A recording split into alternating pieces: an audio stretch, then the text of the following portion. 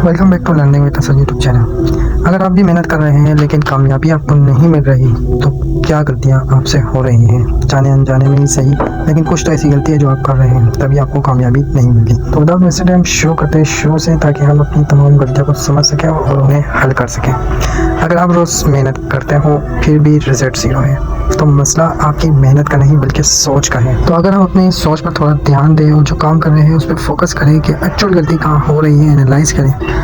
ज़्यादातर लोग ये कहते हैं कि मैं तो बहुत ज़्यादा मेहनत करता हूँ, लेकिन सवाल ये है कि क्या आप सही डायरेक्शन में मेहनत कर रहे हो या नहीं। क्योंकि मैंने अपनी ज़िंदगी में ये देखा है कि लोग दिन भर मोबाइल यूज़ करते हैं फिर भी कहते हैं कि टाइम नहीं है। मेरे दोस्त एक बात हमेशा याद रखना कि मेहनत वो नहीं होती जो थकन दे, मेहनत वो होती है जो रिजल्ट दे।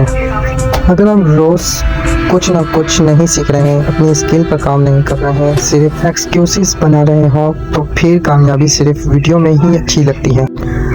कामयाब लोग अलग नहीं होते, उनके डिसीजंस अलग होते हैं।